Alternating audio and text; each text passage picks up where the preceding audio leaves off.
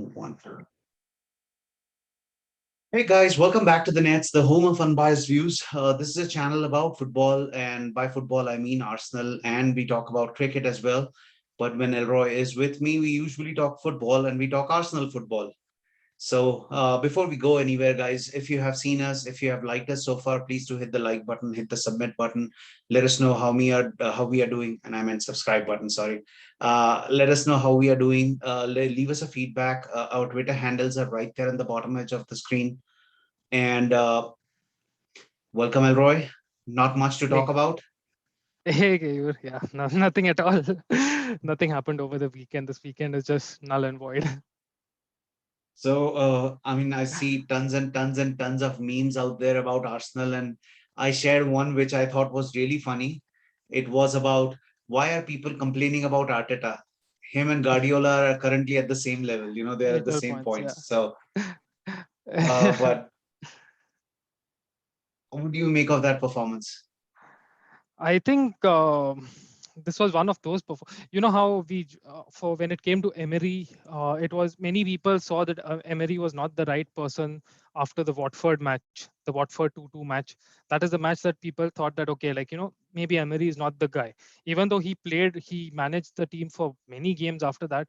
It was that one match that broke the trust for some reason. Like many people thought that he's not the guy to take us forward after that one match. For me, the Brentford game was something like that. Brentford game gave me like a reality check wherein, maybe things are not going to work out after all. Because, first of all, see, I agree that we were without two of our starting strikers, that is Aubameyang and Lacazette. And we played a couple of youngsters, but the the core issues were still there. You know, we struggle to play out from the back. For a team that has been trying to play out from the back for almost 2 years, I mean, almost say 1.5, 2 years almost under Arteta, and you can say, uh, like even before that, under Emery, when he tried that, we are absolutely horrible at it when the opposition give a press high up the field. And that left hand bias that we have in our team, the attack just taking place on the left hand side, 2 years down the 1.5, 2 years down the line, and we are still with the same kind of same system where we are, you know uh, they we keep attacking down the left. And the third point being that even when we attack down the left, what is our strategy, what is our tactic? Just pass it to Tierney overlaps, he pass it to him and he puts in a cross. We don't even have enough proper players to connect with these crosses. We don't have like a tall physical striker to hit the ball. And if he goes to continuously put these ground crosses in half the time, like as I tweeted about it, saying that Arsenal must be one of the teams which is the most easiest to analyze, because there's nothing unpredictable about us. Our entire gameplay is so predictable. It's very easy for the oppositions to come up with a game plan to at least stop us, if not defeat us. And people are now defeating us with ease. So that is something for me which was really, really upsetting.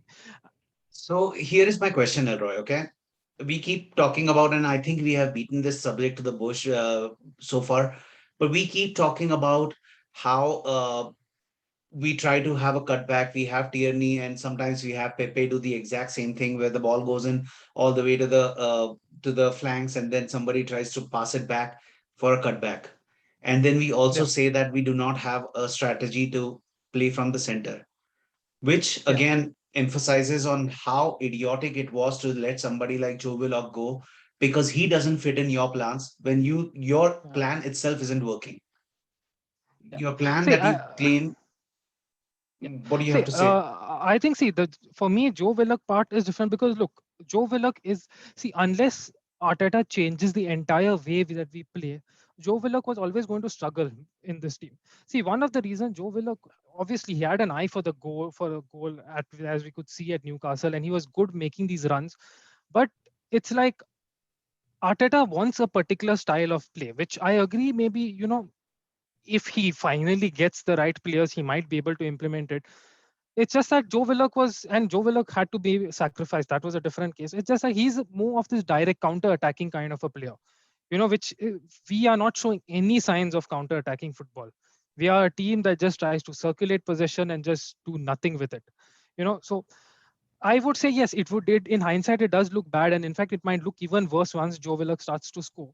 But right now, as of this point, I would say that maybe Joe Willock actually doesn't suit our style.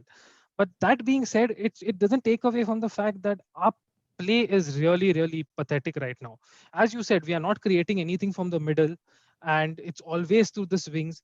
And that's what I tweeted about this as well. I'm like, okay, fine, I don't like it, but I would say in a worst case scenario, if this is going to be our style and we are not going to change the manager, not change the tactics and nothing, fine, I can make do with it if it's going to work. But in this case, buy the players that are needed for this. Like if you want Tierney to be bombarding crosses in, we need a striker who's good at hitting the ball, who's going to be able to connect. We don't have that. So what is the logic behind that? Like that's what I say. I'm not happy with it, but I can make peace with this tactic of using that left flank or the flanks and crossing the ball and going back to like the early 2000s and or before, the typical 4-4-2 strikers kind of situation. I mean, I'm not saying that was a style, but I'm saying I'm okay with it, but get in the players.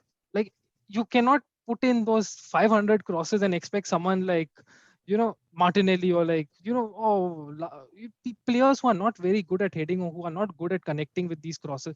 That's for me is a question mark. It's a big mystery right now. With that being said, we saw first glimpses of Ben White. We saw glimpses of Lokonga in when thrown in with the big boys. First impressions, were you impressed at all? Lokonga was pretty impressive for me. You could see certain things which made him seem a bit raw. Like certain he had like a heavy first touch, a certain misplaced passes, but that is fine. Like he's a 21, 22-year-old young player who's playing in the Premier League for the first time on his debut. But overall, he had a good match. He was pretty solid, and there are a lot of things about him which are really good, especially when you're trying to play out from the back. The way he was carrying the ball forward, making these progressive passes, things like that are very, very good from Lokonga. Ben White seemed to have a nervous debut for me, but then again, he was nothing of, I wouldn't say he was bad as well. Chambers was not the best last that night, and Mari was also like Mari was someone who was pretty shaky the other day. And we just saw something on Twitter which said that one of the reasons why Ben White did really well at Brighton was because they had Webster and Lewis Dunk who did the more hardcore work in terms of like tackling and like hitting the ball and all, which gave Ben White more freedom to do things on the ball, which helped Brighton out that way. So if that is the case, we require Gabriel very fast because Gabriel is one of those solid center backs. He's good in the air, he's physical, he's decent on the ball as well. So he's the kind of partner where White would need, and especially when we are trying to play like a high line at times. So I would prefer if it's Murray and I mean sorry, White and Gabriel rather than Murray right now. So, And yeah, you so know, these are the we two guys. Yeah. I was thinking about what are the positives did we have? And absolutely nothing. I mean, the only positive that I could see was the enthusiasm and the amazing spirit the entire Brentford team had. They did not let their foot off the gas Yeah. at all. And it is definitely commendable. If you're a neutral football fan, you Yeah. would love to see something like that. The fans Yeah. backing them, 17,000 odd fans backing them, the players fighting, pressing the ball as much as possible. It was just a good game to watch if you are a Brentford fan. Yeah. Your take on No, that? I think there were positives in this game for sure. Like for me, one of the biggest positives was Smith Rowe in that number 10 role. He really, really uh, did a lot. There were a couple of, I mean, he was involved in some goal creating actions as well. He had one shot, and he like I remember that one shot where on the half line he received the ball, turned the player around, and he just went straight through and had a shot, and yeah, it was saved. So and there were a lot of more things that Smith Rowe was involved throughout the game, which is a positive sign. And when it comes to Smith Rowe, I'm not worried because he will get the end product. He's very close to scoring and assisting a lot. So that for me was one of the positives, main positives. To see the way Smith Rowe played the other day was that is something which will give you like hope and optimism. If you want to pick out anything from that game, Smith Rowe was the guy for me. Apart from that, most of the things I would be like, no. Like Tierney on the left wing, solid and strong as usual. But then again, on the left back, it was just too much for him to do. Like our entire game was through him. That was really, really a lot for him. Yeah. So, speaking about the incomings now, we did talk about Joe Willock and his move being finalized. The sad news was Xhaka got a new contract. Yeah. So, it just highlights how mediocre our club is these days, where a player who wanted out, no one would buy Yeah. him. Decides to stay. We give him a raise now. That just highlights how poor we are as a club. But on the other hand, the Odegaard rumors Yeah. picking up some steam there. You see Uh, that happening finally. yes. So I think people who have followed these our channel would know that almost a month ago is when I said that there is a chance of Odegaard happening later on in the window, and it's exactly how we said it was. We were waiting for him to understand his role at Real Madrid, that he would not be getting a chance, and that's when we swoop in for him, and that's exactly what is happening. He's clearly not a priority at Real Madrid. So, and he knows that with us, he will be one of the main players in terms of attack. So, he knows he's liked it at Arsenal as well. Arsenal liked him. I mean, I have nothing against getting Odegaard. In fact, for me, it's a very smart signing. It's a good signing. He's a young player. He's what, 22, 23, something like that. He's just going to improve from here on. And once he starts to get things like goals and more number of assists into his bag, he will be a really good player. So for me, Odegaard is a good signing. But what I have a problem with right now is that, let's take, for instance, we get Odegaard to replace someone like Willock. I'm more than happy with that. And say we get a backup goalkeeper. The Ramsdale rumors are not going, and they're still, even though it has been reported that Arsenal are looking at alternatives, the it still feels like Ramsdale is still one of the main people who we are still looking at. Even if we get Ramsdale and Odegaard, it's not enough. It will still be us with the same squad as last season, with Ben White replacing Luis, which is for me, all as of this point of time, it will be on par. With Lokonga replacing Ceballos, which again, it depends on how you see it. Like, he's still young, but yeah, maybe a slight upgrade. And Nuno Tavares as a backup left back, who's not going to have like uh, a major, first 11 impact, unless, of course, if Tierney gets injured, he plays. That's one thing. And then say you have Odegaard, who we already had him last season. So where is the improvement from a squad that finished eighth? There's no improvement at all, and that for me is a very, very worrying sign. So there were also rumors that were coming out that our might be we might get our on loan. And I don't know why, but I have this horrible gut feeling, and I shouldn't say horrible, I have this intuition that our deal will happen. I just have this feeling that it's too good to be true. 22 million, 17 million, whatever the price is. I have a feeling he will be a part of Arsenal. The big surprise that came in was there is a massive rift going on in the Arsenal dressing room, and again, it could be rumor, but Auba and Lacazette both will be available for sale. And following that, there was also a rumor that came in where said Barcelona are willing to trade Coutinho for Auba, a like-to-like transfer. Yeah. See, the Barcelona to Coutinho and Auba swap is something which I wouldn't pay attention to, because Barcelona already are struggling with regards to their wage bill. One of the reasons why they want to get Coutinho out of the club is because they have a horrible wage bill. So in no ways are they taking a swap deal for sure. Because if they get, even if they let go of Coutinho and they get Auba, they have to still pay Auba's massive salary, which is not going to happen. So for me, that is just a made up rumor right now. It's just a rumor and nothing more than that. But yeah, Auba and Laca's absence for me was, it's pretty telling. Like, see, there's nobody reliable reporting that they are up for sale right now. It is mainly just these fake, these IT so-called pretend ITKs who are trying to just stir up something. But then it could be true as well, because, like, see, first of all, they were pictured training 2 days before the match. All of a sudden, both of them are termed as with an illness now, and they have both been already been ruled out for Saturday's game, which is surprising. So now, normally, if they have been ruled out for against Brentford and ruled out against Chelsea, you would say that maybe it's COVID, maybe they're isolating. But if it is COVID, like, it's not like we've hidden COVID related issues before. I mean, we when I remember when Gabriel had COVID, it was mentioned in the report that he had COVID, and I think another player as well. I'm not sure, but yeah. And even when Willian and Luis last year had to isolate because they had attended some kind of a New Year party, it was mentioned that they were isolating. So if it could be COVID, COVID or COVID related. It has not been mentioned, which is pretty weird. So like, what is this illness? So that is something. I mean, obviously, again, this is just a conspiracy theory right now. If you look at, I mean, the way everybody is just speculating, For me, but I really believe that it will be maybe it's curtains. just I more think we have than seen Oba. I have a feeling, Elroy, there was slight sound disturbance there, but I think have a feeling that yeah. we have seen uh, the last complete season of Oba. I think even if anyone comes in for Oba, I think we will let him go. It is at that stage where Arteta either to save his seat or whatever he has to make a few ruthless signings, as he says. And I think Oba might be Yeah. getting the axe this year, which I feel is No, sad I mean because it he is was the possible. one. See, yeah, I think yeah. Auba was the No, I one who mean actually that is kept highly Arteta possible. his job. Yeah, I mean definitely. Like Arteta and Auba and Laca both seem to be up for sale that way. Like if you see it, there's a chance that, I mean, if an offer came in, I don't think we would say no to them.